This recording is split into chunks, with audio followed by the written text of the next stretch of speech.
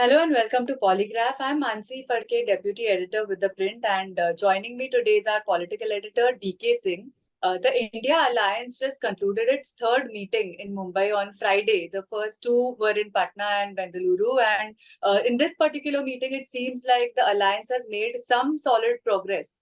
So I want to pull in DK here to ask him that, we've seen attempts by opposition parties trying to get together in 2019 as well, but it didn't lead to anything. This time, three meetings down the line, does it seem more solid, more promising? Mansi, before I come to that, in fact, I would like you to talk about what we saw yesterday. Now, last night we were discussing this, as you were saying, that India alliance partners were so rattled by this one nation, one election thing. Yeah. Virtually, they hurried into the formation of this coordination committee, and there was not much attempt to kind of, as they do, undermine each other, trying to get an edge over the other. They were in a hurry to stick together and come up with something. And just what they were so rattled. Can you talk about that? I mean, what you saw yesterday? Yeah, so I'll start with what I saw a couple of days before the meeting when we were talking to leaders from Maharashtra about generally what the expectations were. Because Maharashtra parties, the Shiv Sena, Uddhav Sahib Thackeray, Maharashtra Congress and NCP were the parties that organized this meeting at the Grand Hyatt Hotel. So generally, yeah, there were issues that they wanted to discuss, like probably a coordination committee, a convener, a common minimum program, a logo. But by and large, everybody was saying we don't really expect, there will be discussions. Discussions will probably reach in advanced stages, but we don't really expect that there would be a solid result right at the end of this meeting. The Shiv Sena, Uddhav Thackeray faction was obviously, they were trying to push more for it at that point of time. But as you know, a senior NCP leader told me that we are trying to first see if we can get consensus on our stationery. The name, the logo, the tagline. If we can do that, then we'll, progress to more complicated talks like seat sharing or the coordination committee. But after that, on Thursday, we saw the Modi government call for a special session of the parliament from September 18th. And a day after that, the government set up a committee on this whole one nation, one election. These two developments seem to have, spurred some kind of panic among all parties of the India Alliance, and everyone present was basically. They wanted to work with the idea that elections can be held anytime now, even in the next couple of months by December. Or you never know with Narendra Modi. So we need to get our act together as quickly as possible. And with this sentiment in mind, they took three decisions. One is they decided to fight the Lok Sabha elections jointly with a caveat as far as possible, which you will be able to talk about better. The second decision was that we should start hitting the ground running with campaigns in every state, going unitedly as the India Alliance to the people. The third decision was to come up with a tagline. While they were expecting to come up with a logo, somebody apparently made a suggestion that let's seek public opinion on what they want the India Alliance's logo to look like, and then we can finalize that at a later stage. All the parties involved, like Samajwadi Party, Trinamool Congress, Aam Aadmi Party, they wanted to also sort out seat sharing as early as possible. They had said somebody had set a deadline of 15 September. Somebody said by 2nd October we should have everything sorted and go to people. So yeah, you are right. The one nation, one election announcement kind of spurred talks, and the India Alliance ended up being at a more advanced stage than what leaders themselves were expecting before the beginning of the meeting. Honestly, coming to a question, how much they have progressed. I mean, first meeting, of course, that was the preliminary one, not much happened. Second one, they came up with the name, again, not much progress. But third one, I think I would call it a progress in the sense that acknowledgement of the difficulties, or what you call conflicting interests, that inherent conflicting interests that they have, that is acknowledgement. That's why when you talk about their decision to contest as many seats, contest together as far as possible. Very important thing to say, because they are thinking that probably India as an alliance can contest up to say 440 of the 543 seats. And they're keeping the option of contesting separately on probably 100 other seats. So maybe, for instance, in Kerala, they cannot fight together. Right. We speak, a couple of days later, you have this assembly bypoll in Kerala where Congress is pitted against the CPM. In West Bengal, we see as we talk, even yesterday, Congress and CPM were holding protests against the Trinamool Congress because the assembly bypoll is on. In Uttarakhand, you have versus the Congress happening in the assembly bypoll. Although in UP, in Ghosi, they have all come together.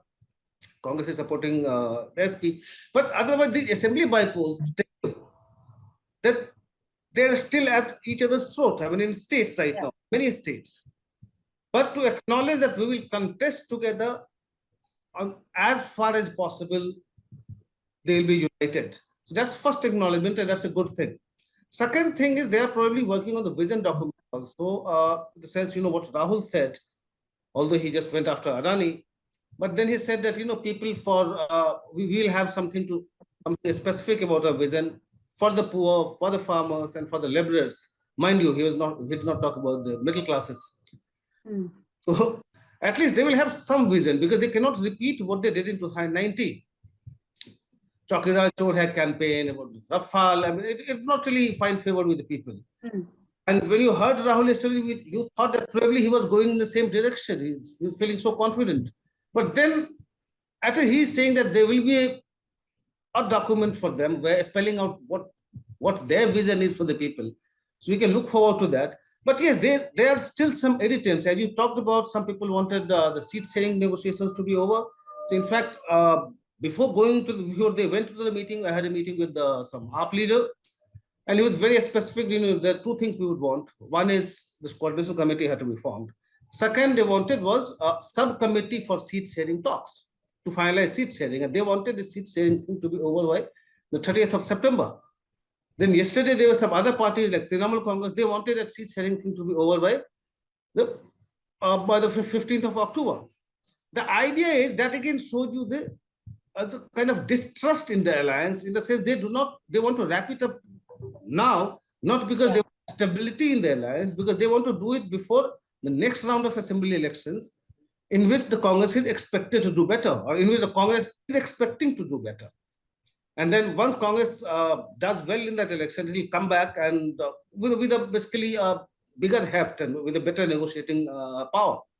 And that's why these people want these seat sharing talks to be over by mid-October. It didn't happen, and that's how we saw Mamata Banerjee, Abhishek Banerjee, and Derek O'Brien not attending the press conference and leaving for. Right. And also the coordination committee, it has 14 members, but it only has two heads of parties, so Sharad Pawar and Mehbooba Mufti.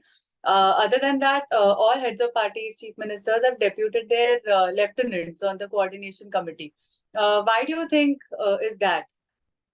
I think they're keeping some leg room for themselves. Putting Lalan Singh. Now, Nitish Kumar was the face of this India alliance. He was making all such efforts. Yesterday, you found him a bit subdued, didn't you? Even in a meeting, he was not very assertive. It's like he's disappointed the way it's going. Congress has taken over. Even the campaign theme we are talking about, Jurega Bharat, Jeetega India, again, it's an extension of this Bharat Jodo Yatra theme. So, some sort of disillusionment among ambitious people in the India bloc, I mean, that is setting in. Putting Lalan Singh has no rapport with others. Putting Abhishek Banerjee there, Abhishek Banerjee is not known to have a rapport with other parties. So that actually tells you that there is some kind of retreat by top leaders because the things are not going the way they wanted. So point, if Sharad Pawar is there, nothing prevents other senior leaders from being part of the coordination committee, because that's a very important committee. We don't really see that happening. Why would Mamata Banerjee put Abhishek Banerjee there? Okay, fine, you are projecting your probably heir apparent, but not in the coordination committee. No, Abhishek Banerjee can't be coordinating with Sharad Pawar. Yeah. For instance, Lalan Singh, JDU chief, cannot be coordinating with all these guys. So it doesn't happen this way. So some sort of lack of seriousness, or probably that they want to keep away from the coalition committee so that they can distance themselves from the decisions, or probably they can, after the meetings are over, they're able to kind of override those decisions and actually go back with fresh Mhm. fresh negotiating positions. So that seems to be the case as of now, as we see. Right. And also by not appointing a convener or a chairperson, I mean, from what I understand, the discussions were also on what should be the nature of the chairperson or the convener. I mean, do you want somebody as the head of the alliance, or do you just want somebody secretarial to decide the of the meetings, venue of the meetings, coordinate with parties, and then the discussion was just left there. But basically, by not having one face name, do you think that is a good strategy, or are they making a mistake? I think they will have to do it. Whether they were discussing yesterday was whether that convener will be an administrative post where you will be Right. convening meetings and discussing things, or it would be like one among somebody who is kind of becoming the face. So probably they are discussing that idea, because you make somebody like say Sharad Pawar the convener. Everybody Yeah, and that actually brings me to another question. Sharad Pawar has probably taken the most efforts of any of these leaders over the years at bringing opposition parties together. And I mean, every Lok Sabha election, there is speculation about whether this could be his last in active politics. yeah. But I mean, 2024 is no exception, because he's already 82 years old, and so why not consider Sharad Pawar to be the convener, or sort of a head grandfather figure of the alliance? Yes, he chose to be there. He could also have basically nominated Supriya Sule to the committee, but he himself Coordination committee, yeah, chose to right. be there. Unlike other leaders, because he wants to be the driving force. Hmm. Congress has nominated K.C. Venugopal. I mean, if the Congress had nominated its president, that would have given that seriousness to that committee. Right. Gopal is in no position to talk with Sharad Pawar. I mean, there's a lot of difference in their stitches. Right. There are certain decisions which actually leave you wondering how serious they still are. Hmm. Let's see how things unfold. Okay. We'll take a question from one of our viewers, Tushar Singh, who asks, who do you think should be their best choice for PM and cabinet ministers? Cabinet ministers, we can come later, but who do you think is a promising PM face? Prime Minister, well, then I'll have to talk about my personal choice. Anyway, so with Rahul, there is a problem. If you look at sea water survey for India today, for mood of the nation, now people who want Modi as prime minister, it's about 52%. For Rahul, it's 16%. He's way behind him. Hmm. Even as the block, as the survey tells you, as a block, if NDA is being seen as a block which would be winning 42%, which will be getting 42% votes or 43% votes. India as an alliance would be getting 41%. There is a gap of just 2 percentage points as per the survey. But the prime ministerial candidate Rahul is way behind Narendra Modi. And look at the factors. I spoke about it in my last politically correct show. There are many things, baggage with Rahul. It's a big baggage. I mean, from being a dentist to corruption charges. There are many things I've discussed in the political thing, and that's why I was saying probably Kharge would be a better candidate. So if you ask for the prime ministerial candidate, see there are two things. One is whether you are going to present an alternative vision. Okay, this is what Modi stands for, and this is what our candidate stands for, or our alliance stands for. And yes, then if you look at that, you would need somebody like say Shashi Tharoor, who is dynamic. He has a vision. He can spell out. He can be a good messenger that this is what these guys want, and this is what I stand for, and this is my vision is. If you're looking for some kind of caste impact, caste engineering, social engineering thing, then probably Kharge would be better, because he's a Dalit, and you have about 15% Dalit population here. So there are many factors. I will not go into the faces, but point is, first of all, India bloc has to spell out its vision. First, keep the message ready, and then messenger. Yeah, then find a face to who can best convey that message, right? But do you think they can afford to go into an election without a PM face? Because agreeing on a That will PM be candidate is probably that maybe will be the a biggest mistake, factor. because if the election is all about Narendra Modi, you cannot be approaching the people with an idea of, I won't say completely vague, but something like Judega Bharat, Jeetega Bharat, this love versus hate kind of a message that, okay, we represent love and the other side represents hate. That's a bit of a vague message which may reach a section of the people, but large people would be, gaping. What's happening? What are they talking about? So that clarity in message is not there. And when you have somebody like Modi, around which you have this personality cult and people vote for that, you cannot approach the electorate with a vague idea. Yeah. I'll share an anecdote from, yesterday, the NDA in Maharashtra, which is basically the BJP, the Shinde-led Shiv Sena, and Ajit Pawar-led NCP also had a meeting. And there, during Shinde's speech, he mentioned how, when Uddhav Thackeray was asked this question, who would be your prime ministerial face? And he said that we have many faces. So Shinde said, who has many faces? Pat, the answer came, Ravan. So basically, their messaging is now, Yeah. okay, these guys are, the Ravan with 10 heads. So we'll take another question from a viewer. What exactly should, again, this is part of what you were talking about, the vision, agenda setting. What exactly should they promise to bring if they win? And how could they execute those plans? So what First of should be all, their vision? they have to give an alternative plan. So yesterday what we saw, if they were so rattled by this one nation, one election proposal and discussing about the Narendra Modi's plans, what he could be up to, point is, go out, you have a press meet where all your top leaders are there from the opposition. Go and spell out, this is why we do not want one nation, one election, or these are our reservations. Tell the people where you stand. If there's the UCC, you cannot be just delaying things that, okay, when the draft comes, we'll tell you. You know where you stand. 370, whether you are with the government's decision to nullify it or invalidate it, or whether you want restoration. Tell the people.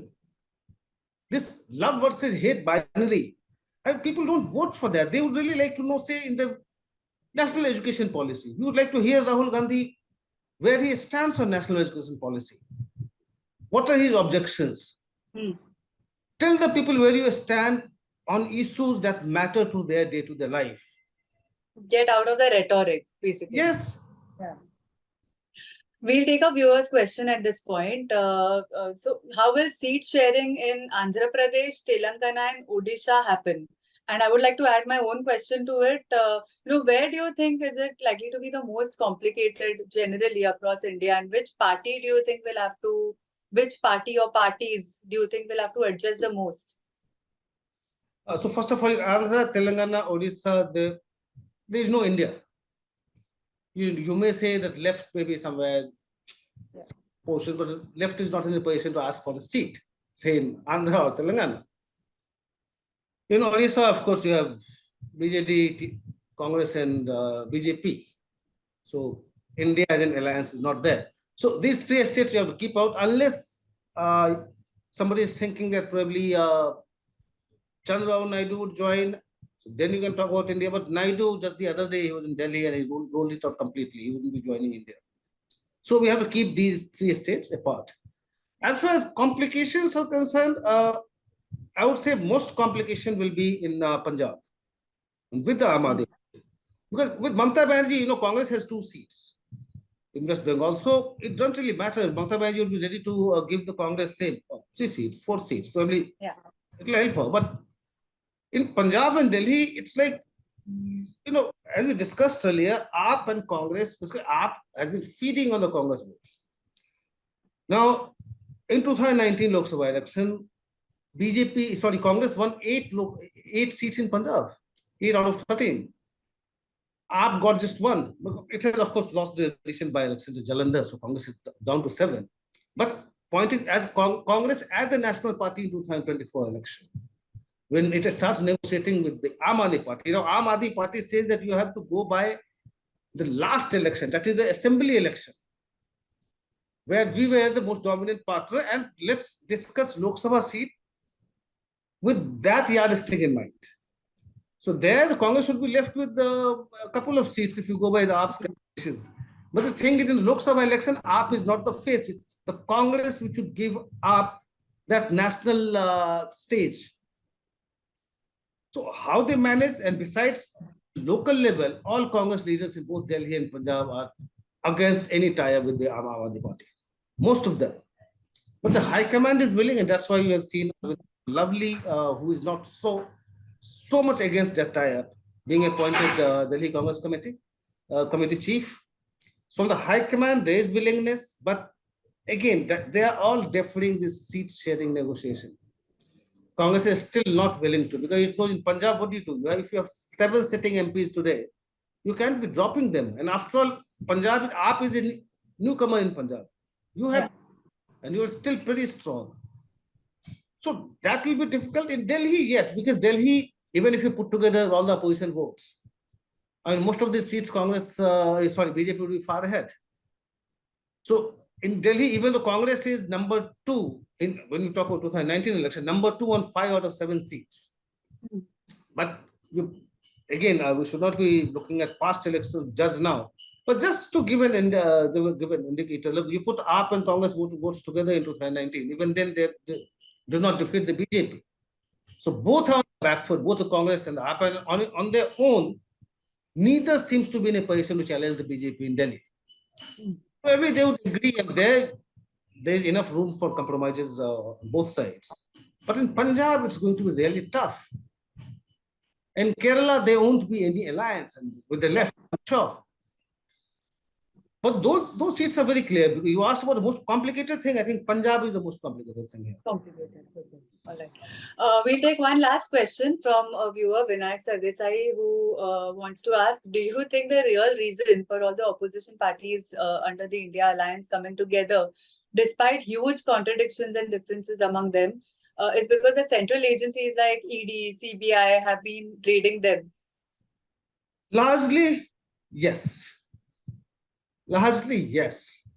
But then again, there are other factors. On their own, they gain nothing because, look, most of them are regional parties. So in a national election, regional parties tend to kind of lose in the sense that people don't look at them as the alternative. So Mamata Banerjee, for instance, she may be projecting herself as the prime ministerial candidate. But when people come to vote, they would just look at, Mamata Banerjee she's just confined to West Bengal. She doesn't have any chance. So people would start looking at the Congress also. Say Muslim vote bank in West Bengal, for instance, they won't vote for Mamata Banerjee in the Lok Sabha election. I mean, largely, I won't say they won't altogether, but largely because they will be looking at the national alternative to the BJP. So that's why there are electoral compulsions also for these regional parties to come together. Why would people vote for the Aam Aadmi Party in the Lok Sabha election when they know that Aam Aadmi Party stands no chance to be there? So there are compulsions of regional parties, but you have compulsions on the part of the Congress also. On its own, it is not still able to convince the people that it stands a chance in the country. If you look at See Voter survey for India today, that Mood of the Nation survey, Congress, and then there is another survey for I think India TV by CNX or some other agency. Now, into both surveys give them just 65 to 75 seats in 2024 Lok Sabha election. So the Congress, that way Congress also needs an alliance. Congress has to cross at least 100 to have any chance of leading a government at the center. So the process is also there. But yes, for many parties, CBI, AD, those things work. But there are larger electoral compulsions also. It's a question of their survival also, and relevance in the Lok Sabha election. All right. And we'll end on that note. Thank you so much for this enriching discussion. As you said, the things that, we need to look at now going forward when it comes to the India alliances, how efficiently the coordination committee manages to work given its constitution. When they start their ground campaigns, what is the messaging that they are trying to take to people, and if they are getting out of rhetoric? And last but not the least, eventually what phase they end up projecting. Thank you so much to our viewers for watching PoliGraph. Signing. Thank you, Manasi. Thanks.